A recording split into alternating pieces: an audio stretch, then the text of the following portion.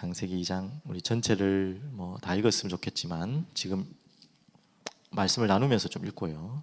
2장 7절 그리고 17절, 창세기 2장 7절과 우리 17절 두 절만 오늘 합독하겠습니다. 2장 7절입니다. 여호와 하나님이 땅의 흙으로 사람을 지으시고 생기를 그 코에 불어넣으시니 사람이 생명이 되니라. 17절입니다. 선악을 알게 하는 나무의 열매는 먹지 말라. 내가 먹는 날에는 반드시 죽으리라 하시니라. 아멘.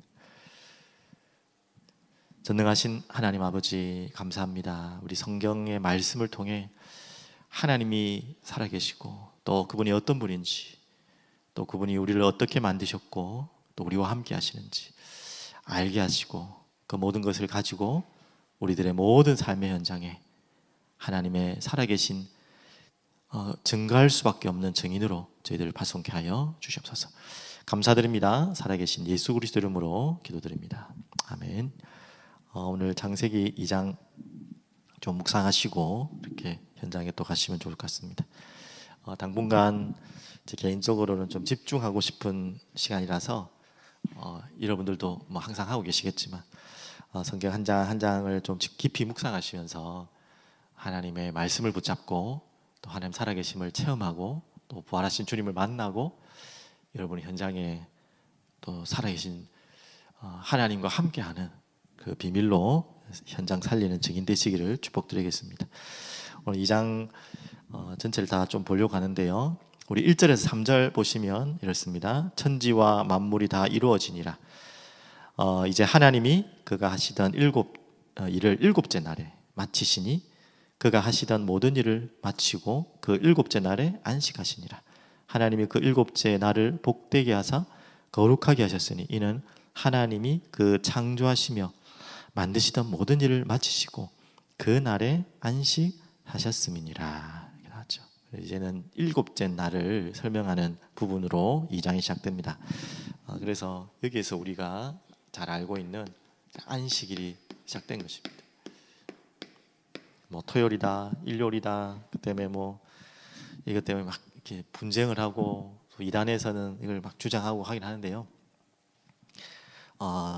우리가 왜 주일을 지키는 건 잘 아시죠? 안식 후 첫날 부활하신 예수 그리스도 이후에 초대교회에서 지켰던 그 날을 지키는 것이고, 꼭 안식일을 따지자 하면 그날이 토요일인지 또 정확하게 알 수도 없습니다. 그래서 이런 부분을 가지고 우리가 이게 이것 때문에 이거 아니면 안 된다라고 주장하는 거는요 너무 억지고 또 잘못된 것이죠.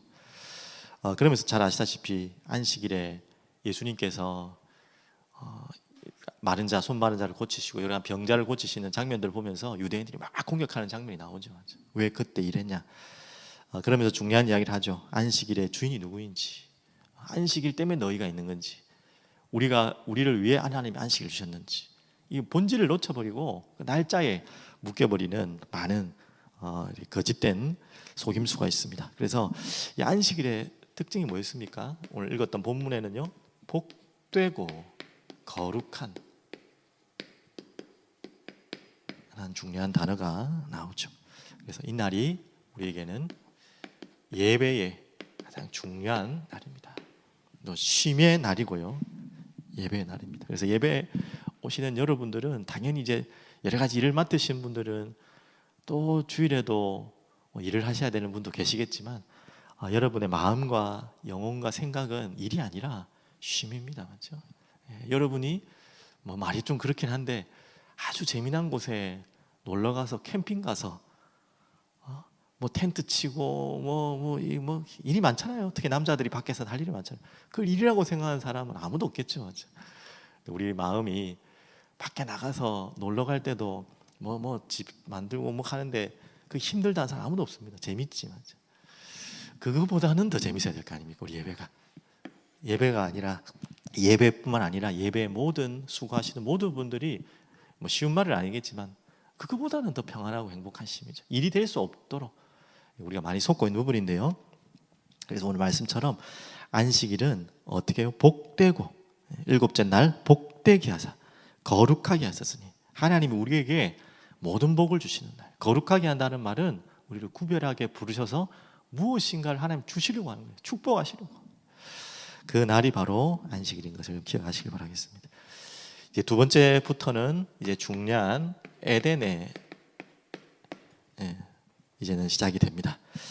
4절부터 쭉 보시면요, 이것이 천지가 창조될 때에 하늘과 땅의 내력이니 여호와 하나님이 땅과 하늘을 만드시던 날에 여호와 하나님이 땅에 비를 내리지 아니하시고, 그때만 해도 아직까지 비가 내리지 않는 상황입니다. 땅을 갈 사람도 없었으므로 들에는 초목이 아직 없었고 밭에는 채소가 나지 아니하였으며 안개만 땅에서 올라와 온 지면을 적셨더라. 그래서 이런 모든 비가 오기 전에는 이런 부분들을 통해서 수분을 또 하나님 공급하셨죠. 7절에 중요한 우리 본문이죠. 근데 좀 이상하다기보다는 또 반복되는 게 있죠. 1장에도 분명히 어제도 말씀 받은 것처럼 사람에 대한 창조가 또 나와요. 맞죠? 왜 이렇게 중복될까? 이제 그 집중이 어디로 집중되냐? 에덴 동산과 그 에덴 동산에 하나님이 만드신 사람에게 더 집중되어서 구체적으로 나오는 분부입니다. 그래서 이제는 7절에 보시면 우리 인간이 어떻게 창조되는지 더 상세하게 나오죠. 여호와 하나님이 땅의 흙으로 사람을 지으시고 생기를 그 코에 풀어넣으시니 사람이 생명이 되시니라.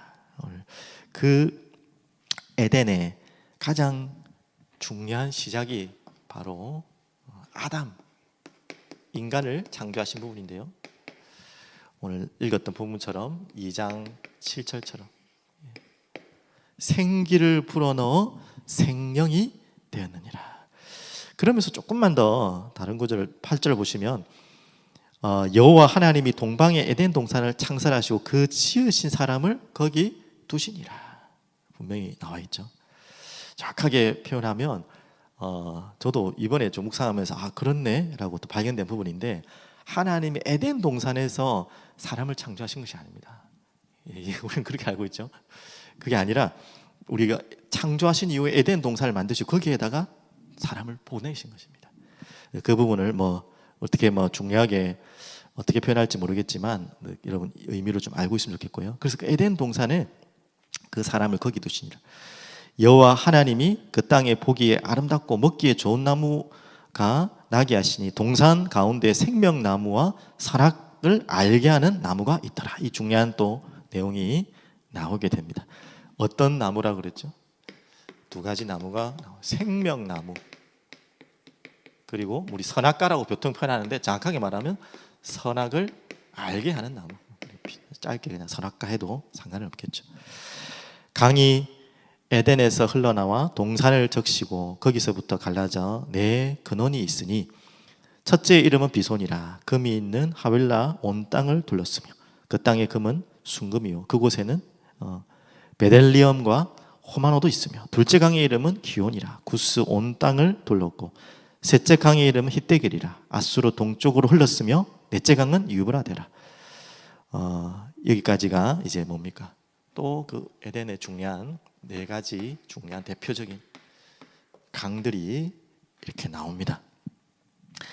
14절에 보면요, 15절에 보면 여호와 하나님이 그 사람을 이끌어 에덴 동산에 두어 그것을 경작하며 지키게 하시고, 갑자기 또 다시 아담에게로 돌아갑니다. 에덴 동산에 두어 그것을 경작하며 지키게 하시고 그랬죠. 다시 나왔듯이 아담에서 하나 더 적을게요. 15절에 경작하고 이렇게 관리한다는 말이죠. 그리고 그것을 지키게 하시고, 16절 여호와 하나님이 그 사람에게 명하여 이르시되 동산 각종 나무의 열매는 내가 임의로 먹되 선악을 알게 하는 나무 열매는 먹지 말라. 내가 먹는 날에는 반드시 죽으리라 하시니라. 특별히 16절에 17절에는요 선악을 알게 하는 나무를 말씀하시고 또 거기에 대한 법을 말씀하십니다. 우리가 너무 잘 아는 말씀이죠. 전체 한번 읽어보고 거기에 대한 내용을 다시 한번 설명드리겠습니다. 18절입니다. 여호와 하나님이 이르시되 사람이 혼자 사는 것이 좋지 아니하니 내가 그를 위하여 돕는 배필을 지으리라 하시니라. 여호와 하나님이 흙으로 각종 들짐승과 공중의 각종 새를 지으시고 아담이 무엇이라고 부르나 보시려고 그것들을 그에게 이끌어 가시니 아담이 각 생물을 부르는 것이 곧 그 이름이 되었더라. 아담이 모든 가축과 공중의 새와 들의 모든 짐승에게 이름을 주니라. 아담이 돕는 배필이 없으므로. 아담에 대해서 19절 20절 조금만 더 설명되어 있죠. 19절 19절 20절 가장 중요한 또 특징 중에 하나가 그 아담이 이름을 지었다라는 말이 나오죠. 그 부분이 굉장히 또 의미 있는 부분이죠. 이름을 아무나 지을 수가 없죠. 거기에 대한 동물 생물에 대한 특징을 가장 꿰뚫고 있어야 되고, 이름을 지을 수 있다는 것은 그 소유권을 가졌다는 것입니다. 누가 우리가 마음대로 이름을 자기 마음대로 짓습니까? 거기에 대한 다스릴 수 있는 권세가 있다는 의미도 되겠죠. 그러면서 이제 20절부터 쭉쭉 나오죠. 아담이 돕는 배필이 없다. 21절에 그 돕는 배필은 이제 우리가 알고 있는 하와를 이제 창조하시는 장면이 나옵니다. 21절에 그 갈빗대 하나를 취하고 살로 대신 채우시고, 22절 여호와 하나님이 아담에게 취하신 그 갈빗대로 여자를 만드시고 그를 아담에게로 이끌으시니 아담이 이르되 이는 내 뼈 중에 뼈요 살 중에 살이라. 이것을 남자에게서 취하였은즉 여자라 부리라 하니라. 이러므로 남자가 부모를 떠나 그의 아내와 합하여 둘이 한 몸을 이룰지니라. 우리가 결혼 예배 때마다 꼭 나오는 말씀이고, 이 말씀을 또 우리 또 신약에는 또 인용했던 부분들이 많죠. 25절에 아담과 그의 아내 두 사람이 벌거벗었으나 부끄러워하지 아니하니라. 그러면서 세 번째는요, 가정의 시작을 하나님께서 말씀해 주시면서 돕는 배필이라는 중요한 또 언약을 또 주십니다.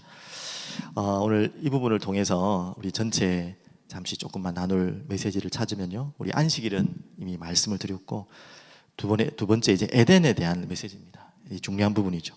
에덴은 그 뜻 자체가 기쁘고 즐겁다, 기쁨, 즐거움 이런 뜻이 또 숨겨져 있습니다. 조금만 더 풀어서 말씀을 드리면, 이 에덴은 하나님께서 우리와 함께 거하시는 가장 이상적인, 뭐라고 해야 되나요? 그 장소죠, 맞죠? 그래서 우리가 낙원이라고 보통 표현을 하는데, 그래서 이 에덴의 그 뒤에 이제 모형이 어떻게 보면 성전이 될 수 있고요, 또 교회가 또 될 수 있고요, 더 나아가서 천국이 될 수 있고, 바로 에덴이 똑같이 천국이다 그 말이 절대로 아니고 그게 교회다 이 말이 아니라, 그 에덴의 그 현장과 같은 그 의미로 성전, 교회, 천국, 우리가 말하는 하나님의 나라를 말씀할 수 있습니다. 거기에다가 누구를 딱 하나님께서 넣으셨죠? 아담이라는 하나님 만드신 인간을 아까 말씀드린 것처럼 그곳을 경작하고 지키도록, 관리하고 지키도록, 단순하게 일꾼 정도가 아니라 우리에게, 이 아담에게 어마어마한, 아까도 말했듯이 그 모든 이름을 자기가 지을 수 있도록 하나님이 명하시고, 그 정도 어마어마한 권세. 그래서 우리를, 이 아담을 또 다르게 얘기하면, 어떻게 보면 이 세상을 맡기시고 다스리도록, 또 모든 것을 지배하도록 하나님 만드셨죠. 그래서 이 첫 아담이 이 에덴 동산에 실패했기 때문에 하나님은 마지막 아담을 다시 보내신 것이죠. 그 마지막 아담이 여러분 잘 아시다시피 둘째 아담이죠. 예수 그리스도를 또 말씀하시는 것입니다. 그만큼 이 아담에게는 왕적 권세와 또 하나님을 예배할 수 있는 제사장적 권세, 또 선지자적 권세까지 다 있는 거죠. 이 아담에게 하나님께서 아까 말했듯이 생명나무와 선악과를 이야기하시면서 그 언약을 2장 17절에 주신 것입니다. 그래서 왜 생명나무와 선악과를 같이, 또 아까 나왔듯이 9절에서 나왔듯이 같이 말씀하시고, 생명나무에 대한 언약은 특별한 이야기를 안 하시고 17절에 선악을 알게 한 나무에 대한 금령을 말씀하시는 부분이 나오죠. 우리에게 하나님이 원하시는 것입니다. 하나님은 우리와 영원한 생명으로 함께 하기를 원하십니다. 그런데 잘 알다시피 하나님이 창조주이시고 우리 인간은 창조물이라는 거, 피조물이라는 거, 그리고 우리는 하나님을 온전히 순종하고 믿고 신뢰하고 따르기를 원하시는 거죠. 로봇처럼 만드신 것이 아니라, 딱딱 프로그램 입력한 대로 된 것이 아니라 자유의지를 주시고 인격을 주셔서 어마어마한 권세를 주셨다니까요. 그러면서 하나님은 온전히 바라보기를 원하셨죠. 그래서 생명나무를 통해서 우리와 영원한 생명을 누리시고 함께하기를 원하시는 분이 하나님이세요. 그러면서 반대죠. 선과 악을 아는 나무를 주셨는데 그 말씀에 순종하기를 원했지만 우리 인간은 불순종하게 됩니다. 이제 그게 3장에 나오죠. 그래서 하나님이 선악과 생명나무를 통해서 생명과 사망이 무엇인지, 순종과 축복이 무엇인지를 하나님은 설명하시려고 하시는 것이고 우리에게는 언약으로 주신 것입니다. 그래서 쉽게 말하면 하나님께 영원히 순종했다면 우리는 영원한 생명과 축복을 누릴 수 있는 존재로 만드신 것이죠.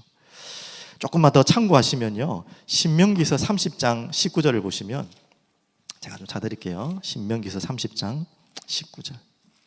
그 약속을 계속해서 이 아담과 하와가 어긴 이후에 그 이후부터 계속 이스라엘 백성들을 또 불러가지고 그 이야기들을 같은 내용은 아니지만 같은 의미로 계속 이야기하고 있습니다. 신명기 30장 19절을 제가 한번 읽어보겠습니다. 내가 오늘 하늘과 땅을 불러 너희에게 증거를 삼노라.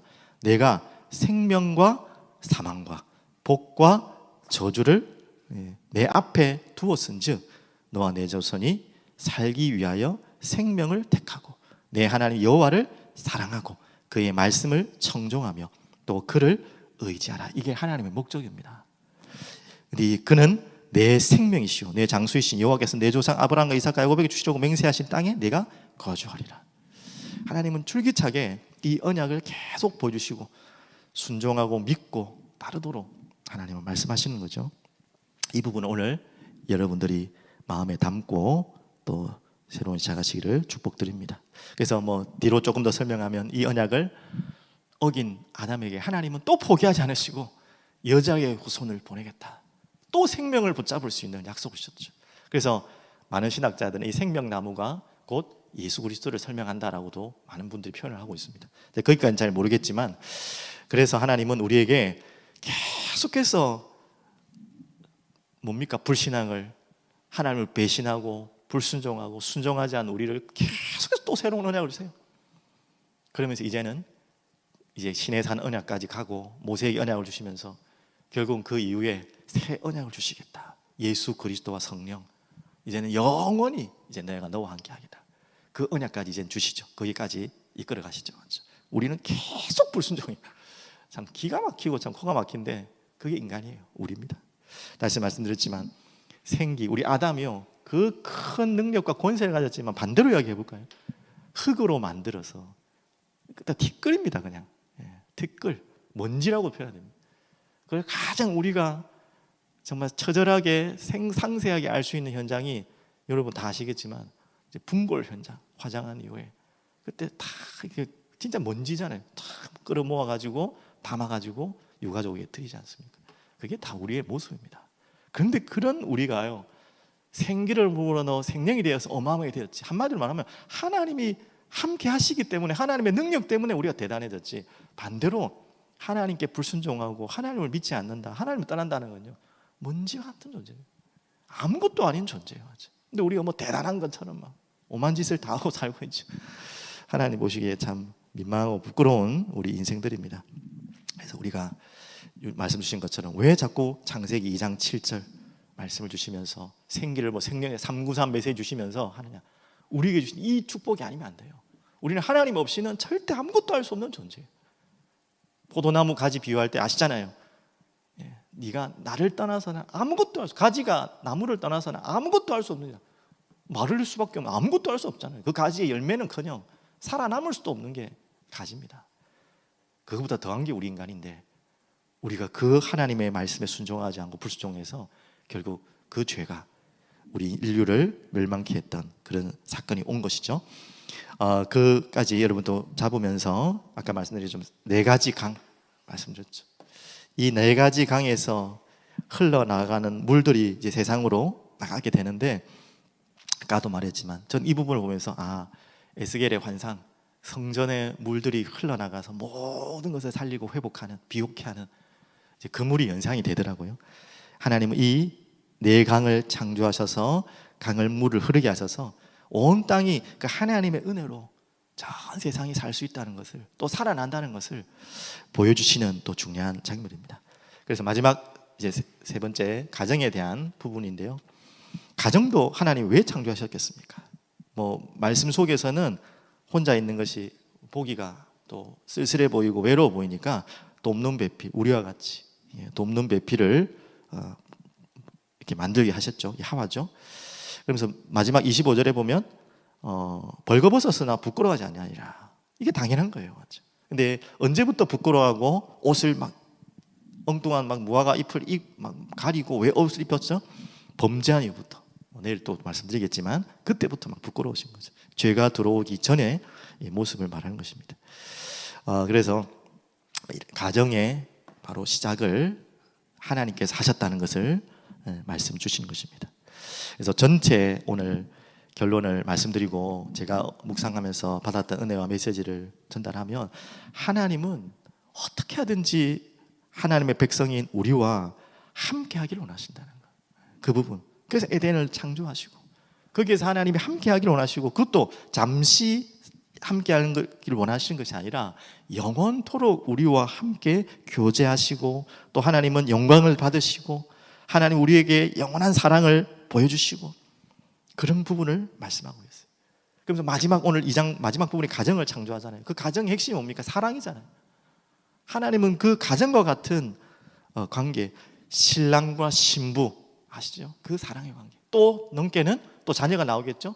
아버지와 아들, 엄마와 아들, 부모와 자녀. 이게 모든 것이 뭡니까? 가정에서 사랑을 표현하면서 뭘 말하려고 그런 사랑을 그 가정을 만들었겠습니까? 하나님과의 관계와 사랑을 말씀하려고. 그래서 여러분의 가정이 얼마나 소중하냐면 그냥 세상 사람들이 말하는 그냥 의를 지키자, 그 약속을 지키자는 의미가 아니라 그래서 우리는 가정 예배를 드리고 가정 예배 때마다 언약식을 하는 거예요.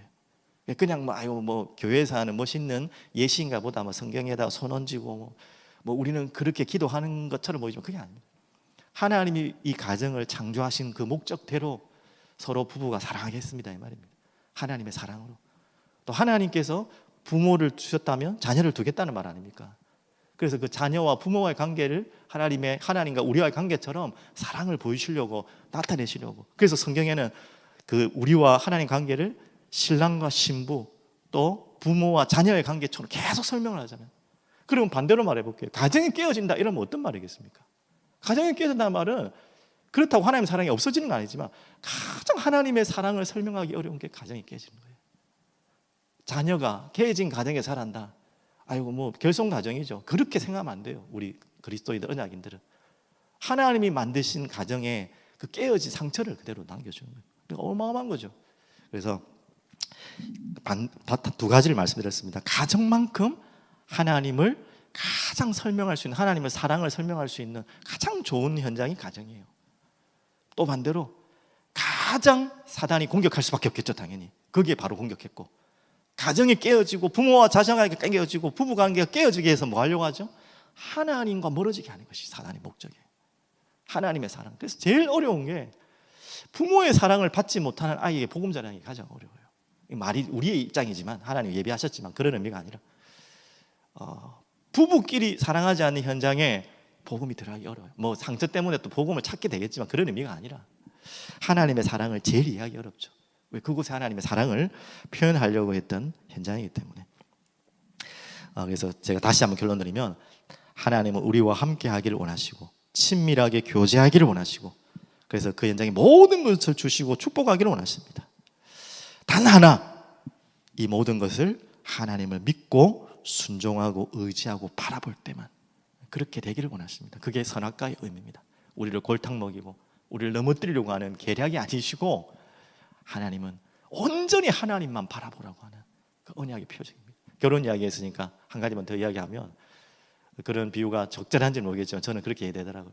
결혼식 때마다 뭐 요즘에는 뭐 해도 되고 안 해도 되지만 이 언약의 반지를 의미로 주잖아요. 그래서 아내가 남편한테 한번 준다고 치고요. 그래서 이 반지를 주고 결혼한 이후에도 뭐라고 합니까?